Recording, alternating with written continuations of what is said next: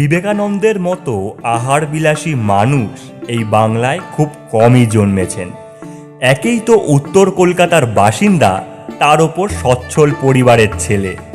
পোলাও মাংসের পাশাপাশি বিভিন্ন রকমের মিষ্টান্নও ছিল দত্ত পরিবারের প্রধান আহার্য। বিবেকানন্দ অর্থাৎ নরেন্দ্রনাথের বাবা বিশ্বনাথ দত্ত নিজেও ছিলেন খাদ্যরসিক। এছাড়াও এও শোনা যায় যে বিলেতে বেদান্ত আর বিরিয়ানির প্রচার বিবেকানন্দ একসঙ্গে চালিয়েছেন। খাদ্যরসিক ব্যাপারটাকে এতটাই ভালোবেসে ফেলেছিলেন যে তিনি কলকাতায় একটি ক্লাব খুলে ফেলেন, নাম দেন পেটুক সংঘ। নিজের বন্ধুবান্ধব সহ সমস্ত পেটুক মানুষদের সদস্য করেন এই ক্লাবের।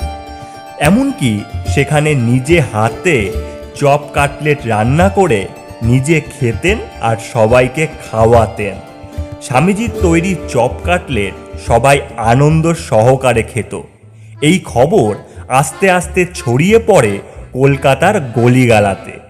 লোকজন বলতে শুরু করে, শুনলাম নরেন ওই পেটুক সংঘ ক্লাবে আলু বাসন চটকে কী সব রান্না করে।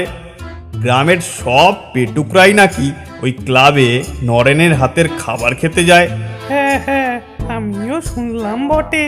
চলো তাহলে আমরাও একদিন গিয়ে দেখে আসি নরেন কি রান্না করে। স্বামীজি রোজকার মতো সেদিনও সবার জন্য চপ কাটলেট করেছিলেন। নতুন দুজন লোক দেখায় তাদেরকেও অগ্রাহ্য করেননি তিনি। থালা ভরা চপ কাটলেট রেখে দেন তাদের সামনে। সে চপ কাটলেট খেয়ে তারা এতই খুশি হন যে এই ক্লাবের সদস্য হবার জন্য স্বামীজিকে অনুরোধ করেন। তারপর আর কি, রোজ স্বামীজির হাতের চপ কাটলেট খেয়ে তারা মহা আনন্দিত। ঝাল জিনিসটা স্বামীজি খুব পছন্দ করতেন। তিনি বলতেন, লঙ্কা হলো আমার বন্ধু ও মিত্র। তাই নিজের তৈরি সমস্ত জিনিসে বেশি করে ঝাল দিতেন তিনি। একবার তো একজন লোক স্বামীজিকে বলেই বসেন, নরেন, তুমি যতই ভালো রান্না করতে পারো না কেন, ঝাল খাওয়ায় কিন্তু তোমার থেকে আমি সেরা। এই কথা শুনে তার সঙ্গে লঙ্কা খাবার কম্পিটিশন জুড়ে দেন স্বামীজি। পকেটে ছিল তখন 3 টাকা। না না, এখনকার 3 টাকা না, সেই 1896 সালের 3 টাকা। স্বামীজি 3 টাকা ক্লাবের একজন সদস্যের হাতে দিয়ে বলেন, যা তো 3 টাকায় যতটা লঙ্কা হয় নিয়ে আয়। এখনকার সময়ে 3 টাকায় বেশি লঙ্কা না পেলেও তখনকার সময়ে 3 টাকার লঙ্কা হয়েছিল 1 ঝুড়ি। তারপর শুরু হয়ে যায় কম্পিটিশন।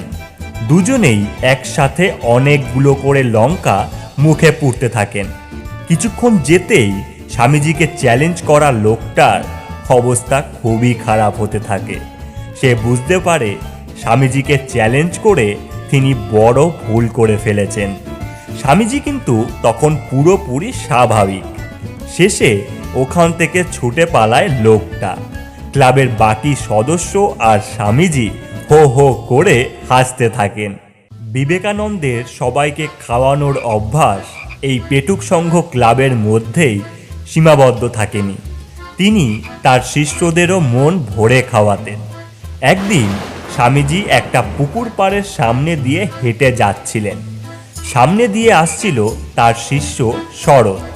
তার হাতে ছিল একখানা বড় মাপের কাতলা।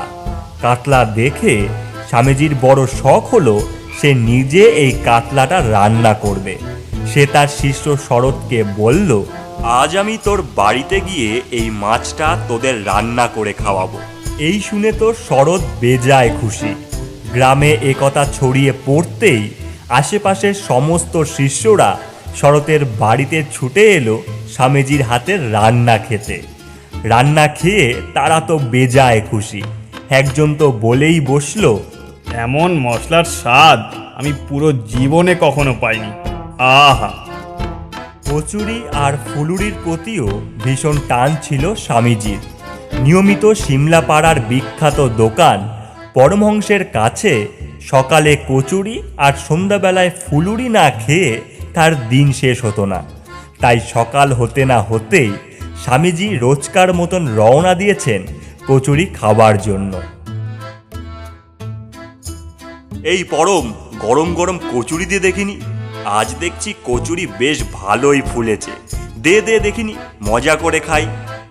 কচুরি খেতে খেতে স্বামীজি যে কখন ঝুড়ি ফাঁকা করে দিত পরমাংশ তার টেরই পেত না।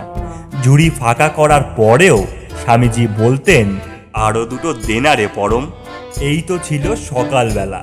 ঠিক সন্ধ্যাবেলাতেও স্বামীজির দেখা মিলত এই দোকানে। গরম গরম ফুলুরি ছিল তার সন্ধ্যাবেলার প্রিয় খাবার। ফুলুরি খেতে খেতে স্বামীজি বলেন, পরম, দেখিস 100 বছর পর ভারতবর্ষের মোড়ে মোড়ে চপের দোকান হবে। তখনকার স্বামীজির কথা পরমের কাছে হাস্যকর মনে হলেও আজ সেটা বাস্তবে পরিণত হয়েছে, আর সেটা সাক্ষী আমরা সকলেই।